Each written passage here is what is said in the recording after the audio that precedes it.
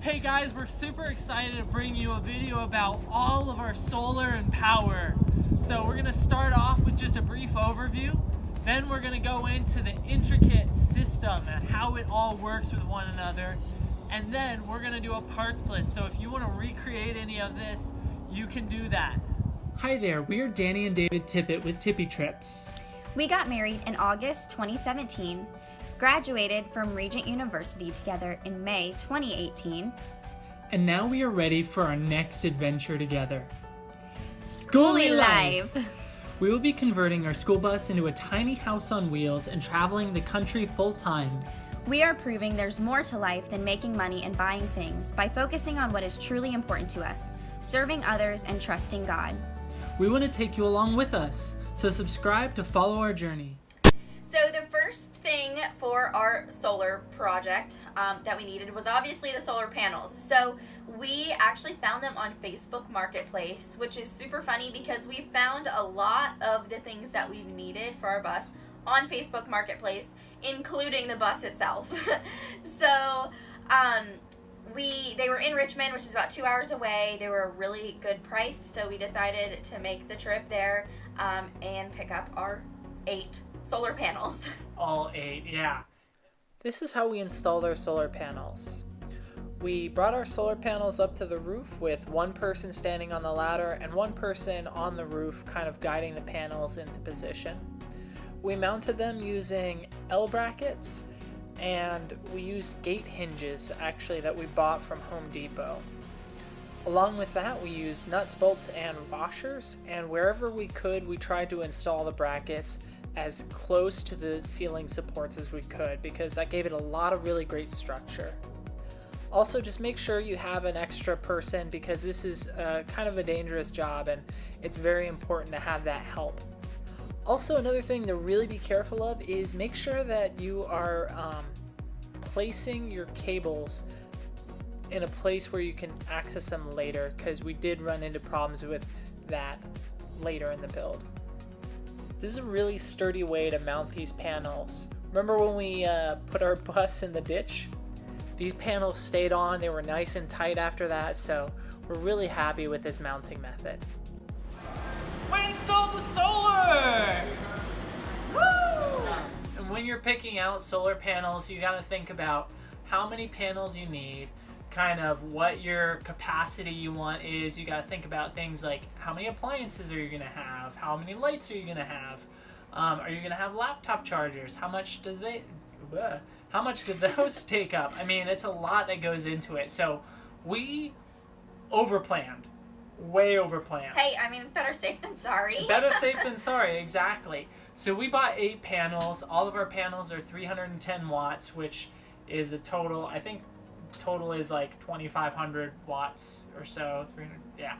Anyhow, which is way more than we need, but that allows us to expand our system. So the battery we got is a Tesla battery module. Honestly, may have gotten it just so that I could say that.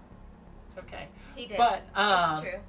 yeah, so it's important to think about how many you need and what your future plans are, because for us, it was just easier to buy more panels and put them in up front than it was to add more later. So our battery is stored underneath our couches, so take our cushions off real quick. And we can lift this up. Again, we're probably going to put a handle in here.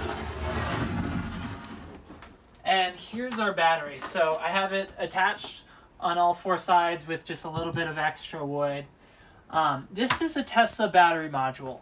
So the Tesla battery module uses a bunch of individual cells kind of wired in series and parallel in order to get 24 volts out.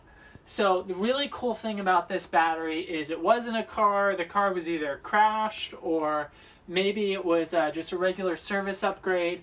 And once the battery is about, loses about 10% of its capacity, they'll recycle them. So we went and we grabbed this off of eBay.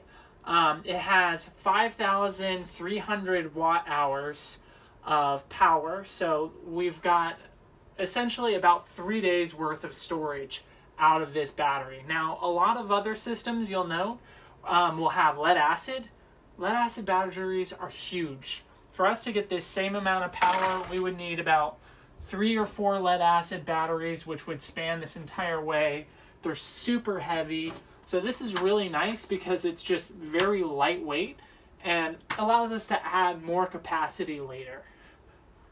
One of the big things about this battery as well, if we were to charge it with all of our solar that we have right now, it would probably blow up. It could handle it, but not without cooling. So what we've done is we've modified our solar arrangement so that only half of the panels are feeding the battery at any one point in time. Up here on the roof, you can see we've got all of our panels. All of these panels go through, we've got little pass-throughs here, and these go into the bus. So we have it set up so the front section is separate from the back section. These are all wired, let's see, to each side, 2 panels are wired in series, and then the 4 panels are wired in parallel, and those are wired in parallel with our back 4 panels. So 2 in series, 2 in series, in parallel, in parallel. Here you can see our pass-through.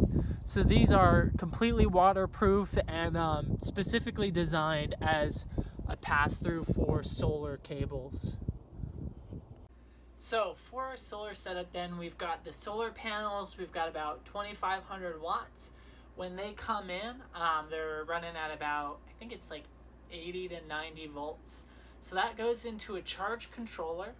That charge controller handles everything between itself and the battery. So it's reading how much power the battery has left, and then it's using that to charge. And if the battery is full, then it'll just direct that solar right to power all of our appliances and things like that. So it has a DC breakout is what it's called. So it comes in at 80 to 90 volts, charges the battery. The battery, once it's fully charged, then supplies 24 volts into the charge controller. The charge controller goes to, that goes into a little bus bar. Those bus bars will distribute 24 volts to be stepped down to 12 volts to run all of our lights. We have a 12 volt fan that's running in the bathroom and our toilet. And then also it splits off into our inverter. So the inverter is what steps our power up to 120 volts and changes it from direct current or DC to AC, which is alternating current. So it steps it up to 120 volts, and that's what we're using to run all of our appliances off of, our laptop chargers, and all of that. Now there's a lot that takes to maintain a system like this. So the charge controller is really fancy, maintains charging the battery. The battery itself has to be balanced though as well. So we'll show you what we've got to equalize the inside of the battery. So this little cell meter is plugged directly into our battery. So these individual little wires are in the harness for the battery. There we go. There we go. And what these do is they balance the battery's internal cells. So the Tesla battery module has seven cells internally that are all connected together, and all of those cells have to be within a certain voltage of one another. So I think I have it set to I'm tempted to say 0.1 volts of what the other cells are. And that's just important, keeps everything even. If it gets too uneven and one cell gets overcharged, then you could have a fire or a potential hazard like that. So this is our little $20 solution we found from another YouTuber to keep that all equalized. So under this other couch is where we house almost all of our electric stuff.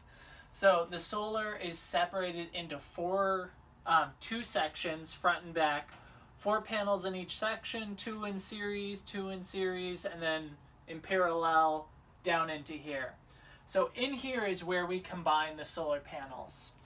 So one set of panels comes in and is turned on and off with this switch. And then the other set just goes right into this fuse. So both come in.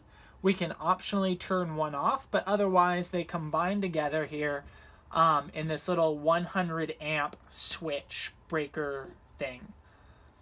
Then once we've fused them here, it comes out this wire and into our charge controller. So the charge controller shows us a lot of information. We can see we've got 88 watts coming in off solar right now, and it's a really cloudy day. Our battery capacity is at 100%.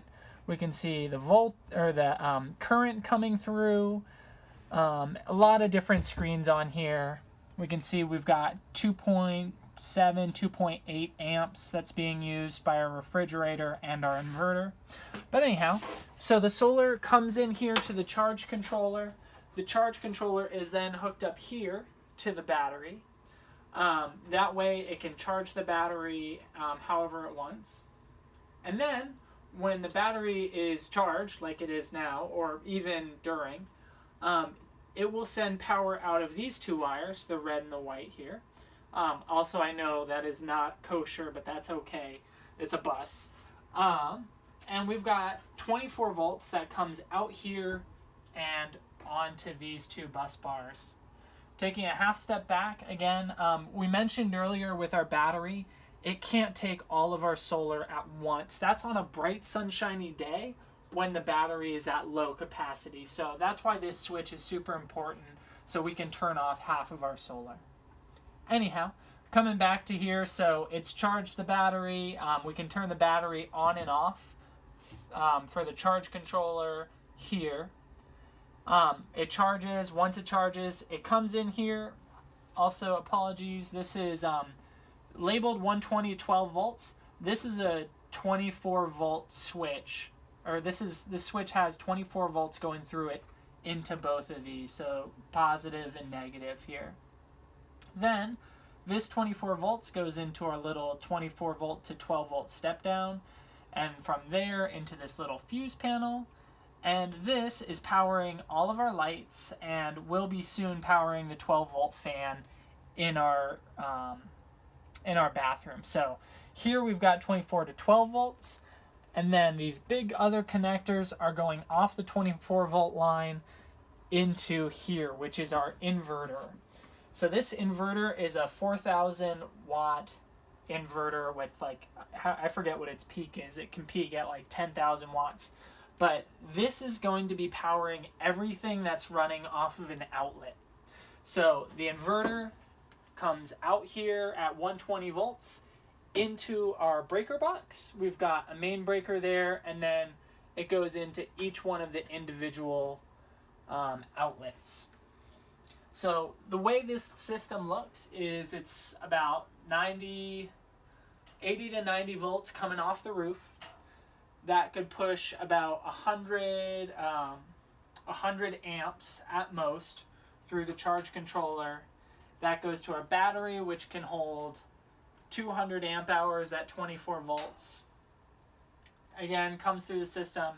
There's a lot of planning you have to do when it comes to a system like this. That's why I'm kind of going over these numbers again in my head, because it's just so hard to make sense of all of the different systems that you need.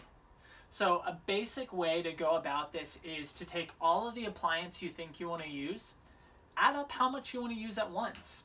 So we wanted to use our refrigerator, all of our lights, our laptop chargers, potentially we thought about a heater. That was another potential. We'll have an electric blanket that we might want to have going. And when we added all of that up, we can figure out how much our system needs. So our solar can power everything at once during the day, and during the night we have those 5,300 watts that will get us through the night. So let's do an overview with the cost of each of the items. So starting at the solar panels, it's the Trina 310 watt solar panels. We have 8 of them, and I think our total cost for those was about $1,100. So we got one of the panels for free, and then we paid for 7 technically, because we got them for a deal off Facebook Marketplace. Then we've got the charge controller. For the charge controller, that is an Ames charge controller that can handle 100 amps, which is how much our solar can output.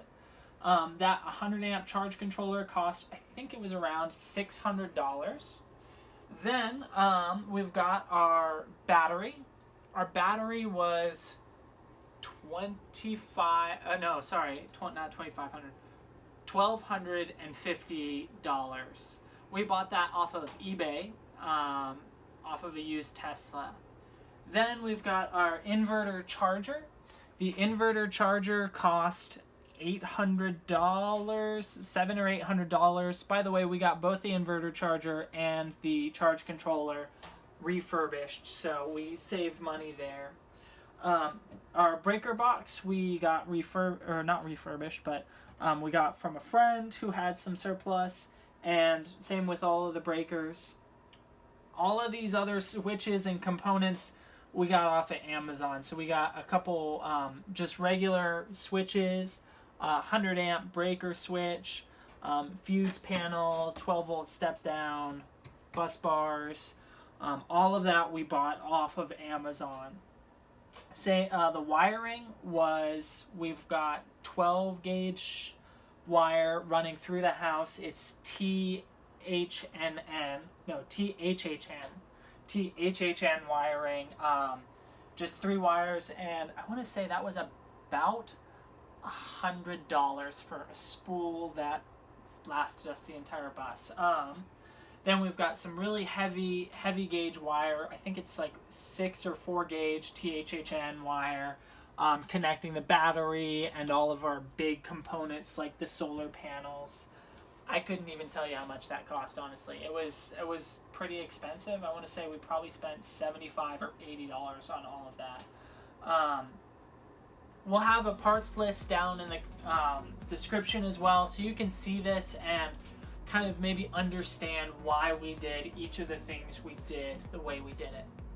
We also want to give a super special thanks to our friend Mike, who helped us with a lot of the components, picking it out, how to wire it all together, and so thank you, Mike, for setting us up and hooking us up as well.